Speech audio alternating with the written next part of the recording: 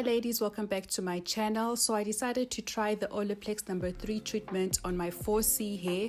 I did this because I had recently blow dried my hair and had a flat iron on my hair at the salon for my birthday. So I went with the Olaplex number 3 because it is a bond rebuilder. And a bond rebuilder is not to be confused with a protein treatment. Our hair contains millions of disulfide bonds, and these are the bonds that give our hair structure, strength, and stability. But once these bonds have been broken, it results in hair damage.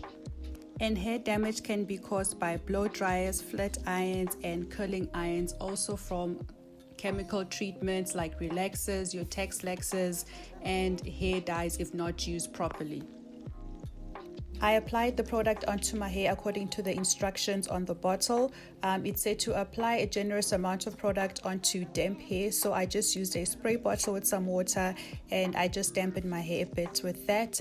Then once I had done that, I just applied to the product throughout my hair and I kept it on for 10 minutes under a shower cap. So once the 10 minutes was up, what I did was just to shower my hair and to also condition my hair in the shower and finish off my wash day.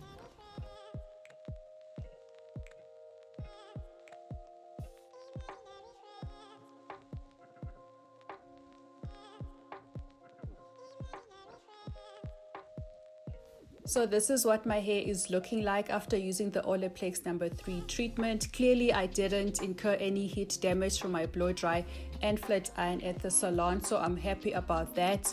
My coils are still intact and my curl pattern is still intact.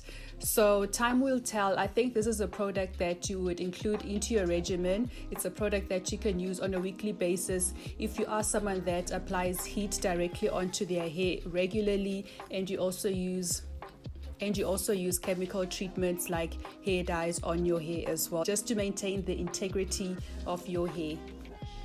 Thank you for watching. I'll see you on the next one.